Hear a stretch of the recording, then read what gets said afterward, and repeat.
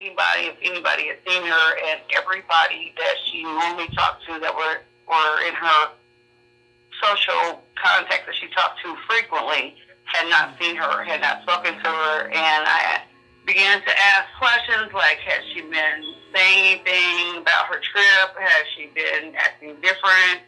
One of her friends definitely remembered her saying that she was worried that somebody was coming after her, and I said, coming after her, like what? And she said, well, I could just send you an inbox of a message that was sent to me, and she did, and it was from a young man who stated my daughter had told her around the 18th or 19th of September that somebody had been calling her, and she knew the person, and told her that they would be looking for her, and that she was scared and she didn't know what to do. And I asked, well, how come nobody told me so that I could prevent this from happening, and at least know, question her more and find out, who did she think was looking for her and why? I was told they just didn't know. They didn't think anything of it. I said, well, considering that you knew what happened on her trip to Las Vegas/California, why would you think this is important? And I just got a basic shrug and no comment.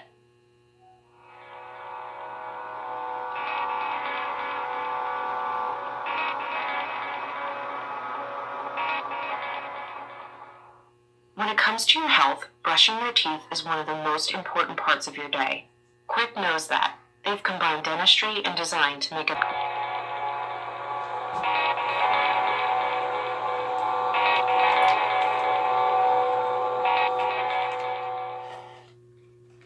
As the days passed, concern for Alexis continued to grow. April and some friends gathered to conduct a search on their own.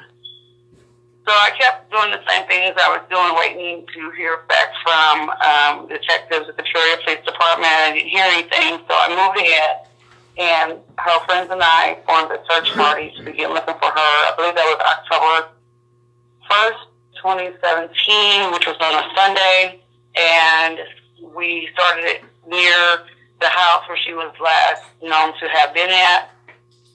And during that time, we noticed that the residents of that house were power washing their house. We thought that to be odd.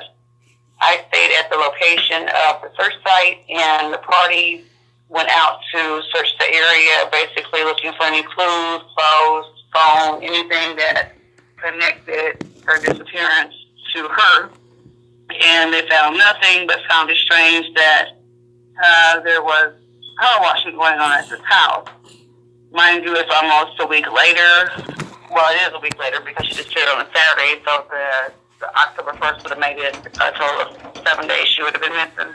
I had not heard back from the Peoria Police Department other than my initial contact. Around about 3 hours into our search, we got a call from a local resident on the south end of Peoria who thought they had seen her on Readingham Street, which is a known drug area.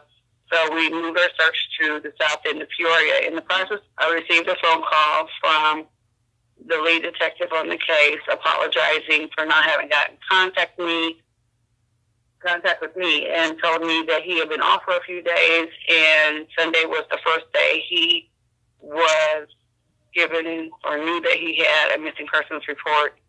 And I asked him if he would like to meet us at that location that we were moving to, which was near Roosevelt Middle School in Peoria, and he said no, he needed time to look over the case. So I never actually met him until maybe 2 or 3 days later, where he wanted to meet up, and I told him what I knew, which was the residents of one of the houses that she supposedly was at had been less than 3 hours of the party dissipating, had requested that a washer and dryer be moved quickly from the residence. And we all, in our search party at the time, and the team that I had, thought it rather odd that a party that went on basically 12, 13, 14 hours, they were still up and requesting that a washer and dryer be moved. Someone did respond to the request for a washer and dryer removal. The person who put the request out wanted it moved quickly and was willing to pay cash. Well, in my mind's eye, I thought, well, wow, this is all suspicious activity to me. But when I presented it to the detective at the time. He told me it's nothing, don't worry about it. These guys are supposedly people who work on washer and dryers, fix them all the time. It's no big deal. So he kind of blew that idea that I had out the window and shrugged it off like nothing, no big deal. Why are you worried about that?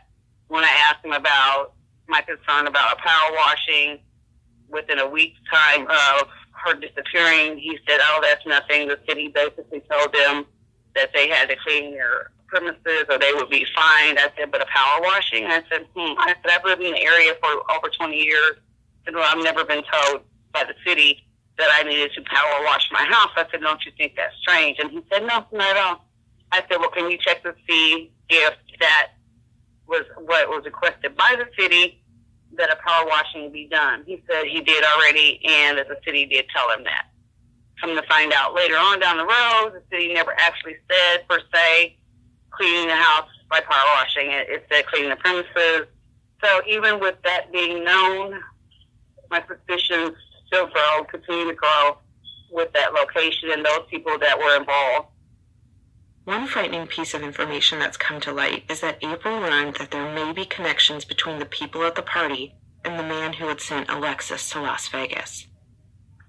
I know from those who have spoken that there were at least 12 people at this location. They're denying that it was a party. The mother of the home was home at the time, and the men involved are 21 plus years old.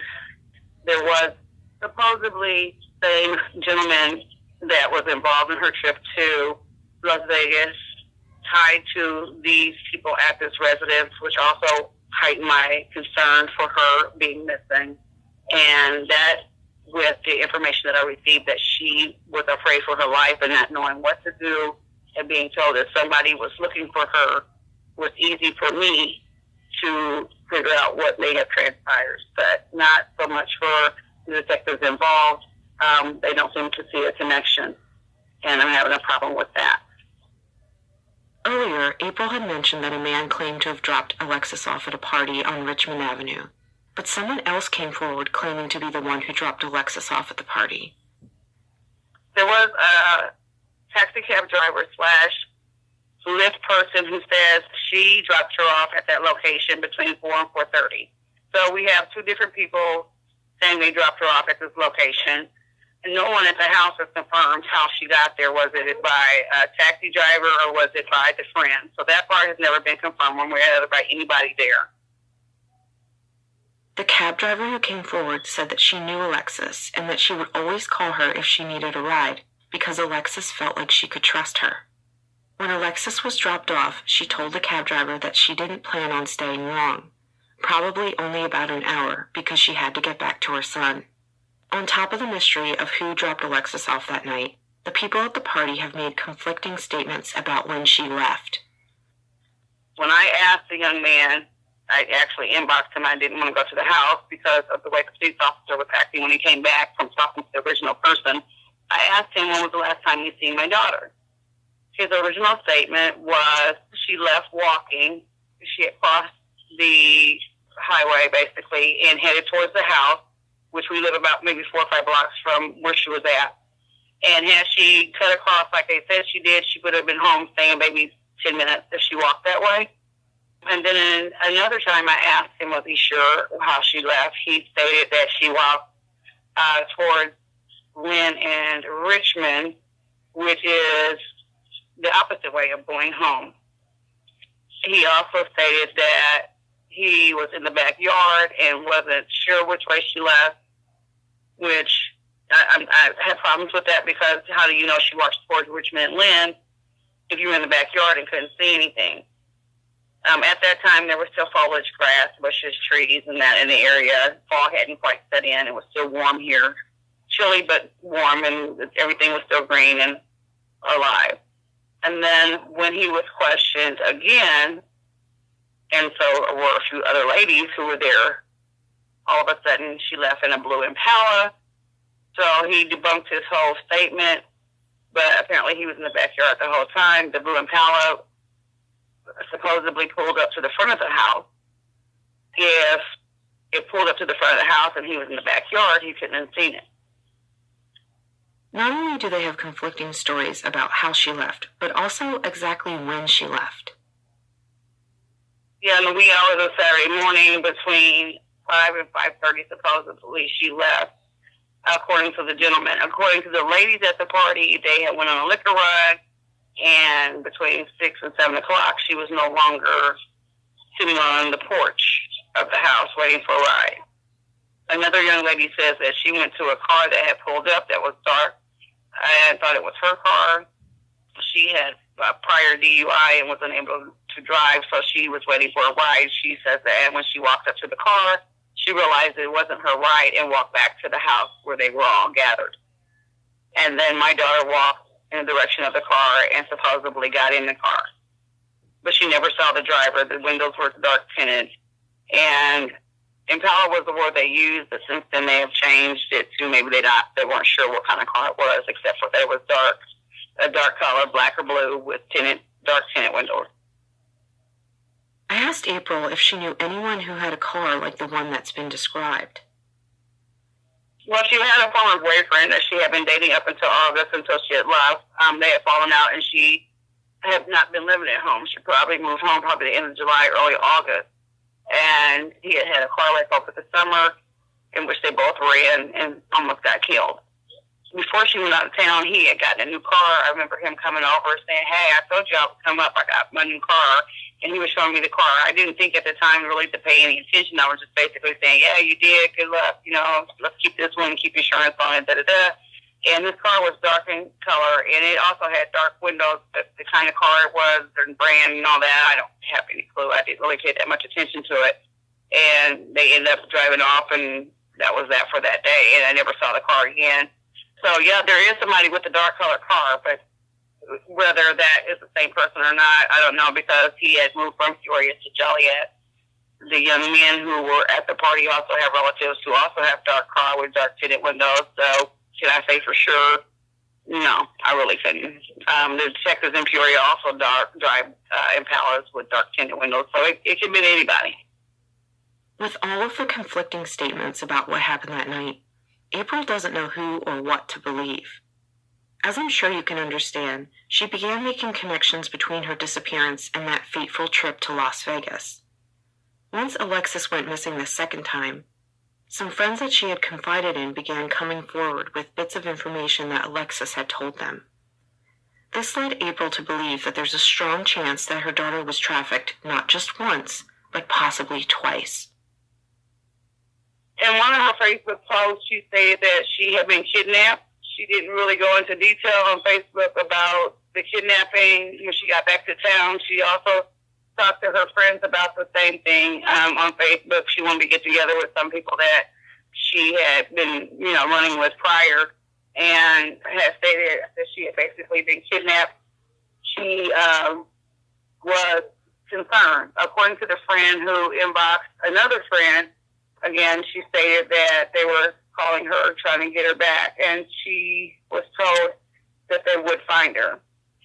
Here recently, some information came up where a young lady rode the bus with her from Reno, Nevada, is where she boarded, to Utah, and the young lady, her and my daughter, just happened chance met on the bus, and she stated that Alexis and her got to be real good friends on a few hours of a bus ride that they took together on the Greyhound.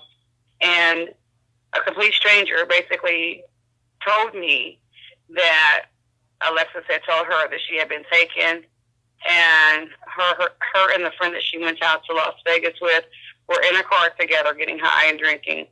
And when she woke up, I guess they were headed to California knowingly. They were going to California. But when she woke up from what seemed like she had been drugged, according to the friend on the bus, she did not see the friend that she had been riding with. She had disappeared. And when she woke up, she was in the car with a guy, and the guy basically would not let her get out of the car. She told the guy she had to go to the bathroom.